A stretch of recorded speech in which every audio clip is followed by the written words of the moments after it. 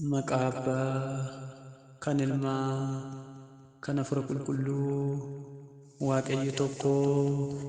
Amiin. Amiin. Jaalatamtoota maatii Waaqayyo kan taatan, Waaqayyo kan isin jaalatu, isinis Waaqayyo kan jaalattan, maqaa Waaqayyootiin akkam turtanii, akkamiyyoon eegdanii, akkamis sa'aatii kana eegdanii.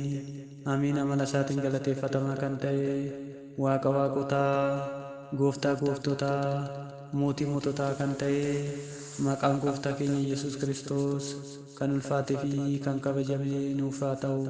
Akkasuma maqaa isaa waamnee maqaa isheen dhiisu nuti qulqulleettii qulqullummaan dubra dubrummaan fayyisaa addunyaa kan nuuf dhiyeesse maqaan haadha teenya qulqulleettii dubra maaramii kan ulfaattee fi kan kabajamte nuuf haa taatu.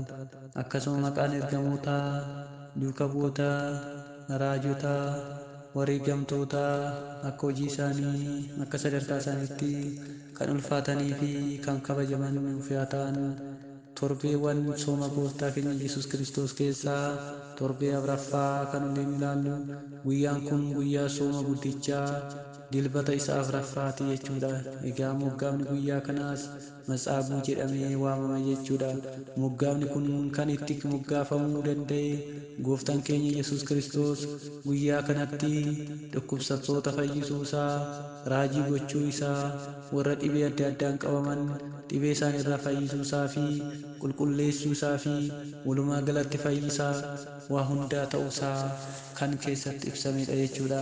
Keessumattuu guyyaa kanatti seenaa fayyinaa yaadatamuu ni jira jechuudha.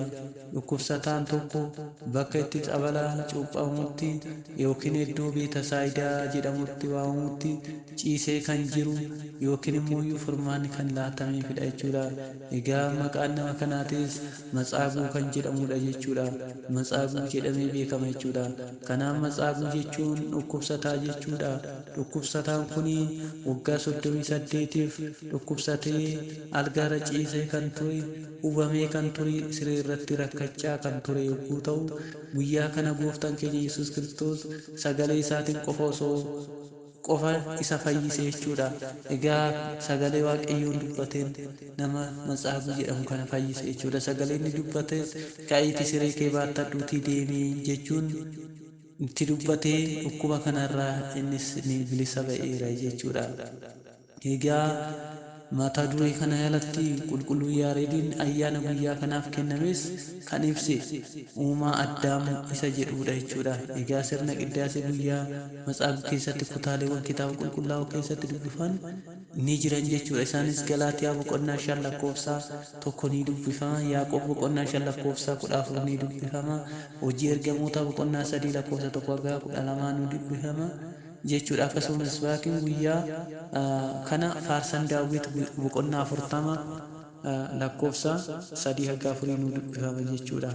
Egaa Waaqayyo dhukkubsataa siree isaa irratti kan gargaare nullee nu haa gargaaru jechuudha. Yeroo dhukkubsatichi ciisicha isaa irratti rafee hafutti Waaqayyo ka'ii siree kee baattadhu deemi jedhee ni raawwate kan itti dubbate jechuudha. Egaa wangeela kana keessatti Gooftaan keenya Yesuus Kiristoos Matsaabuutiin fayyuu ni barbaaddaa jechuun gaafii akka dhiyeesseef ni dubbisna jechuudha. Garuu gaafii kana Gooftaan keenya Yesuus Kiristoos kan dhiyeesseef Matsaabuu gara fuulduraatti cubbuu inni raawwatu waaqummaa isaatiin hunda beekuuf ture jechuudha. Egaa innis maal jennee yaadnu re'aansa Waaqayyoo kana maal jennee akkamitti akka jennee hubannu beekuu qabna jechuudha. Egaa kitaaba irratti yookiin immoo akka mana amantaa keenyatti adimantaan kan hiikamu jechuudha. Gaafa guyyaa jimaataa kaballaatiin fuula isaa kan rukutu isa waan ta'eef jechuudha. Isaa waan ta'eef jechuudha. Warroonni Yihuudoota yeroo isaan himatan ragaa sobaa ta'ee kan Gooftaa irratti raagu isa waan ta'eef jechuudha. Egaa isa Matsaabuu kana jechuudha. Namoonni fayyina kanaaf siif kenname irratti badiinsa maaliif raawwatta jedhanii yeroo isaan gaafatan yoom na fayyisisin jedhe ofumaasaaf na fayyise malee akka hin jenneef sababa dhabamsiisuuf jecha fayyuu barbaaddaa jechuudhaaf gaafii dhiyeesseefi. Egaa har'as Waaqayyo Waaqa bilisaa waan ta'eef ibiddaa fi bishaan fuuldura keenyatti qophaa'e inni irraa nu baasa jechuudha.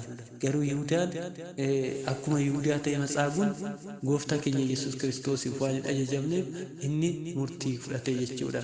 Kanaafuu nutis immoo iyyuu Waaqayyo nu jiraachise, Waaqayyo nu fayyise, Waaqayyo dhibee keenya irraa nu fayyise, Waaqayyo ija keenya nu ibse, Waaqayyo qaama keenya nuuf kenne dagannee gaafa Waaqayyo kaannu yookiin Waaqayyo irraa gargar baanu Waaqayyoon iddoo ibiddaanitti iddoo ibidda bara baraatti nu geessa jechuudha. Kanaafuu iyyuu nutis immoo iyyuu Waaqayyo wajjin akka jiraannu fedhaa fi eeyyama isaa nuuf haa ta'u. Jaalala isaatiin nageenya isaatiin akka jiraannu Waaqayyo nu haa gargaaru. Kakaasee kana jalqabsiisee kana xumursiise galanni Abbaadhaaf, galanni Ilmaaf, galanni Hafuura Qulqulluuf, galanni deessuu isaatiif haa ta'u. Ameen.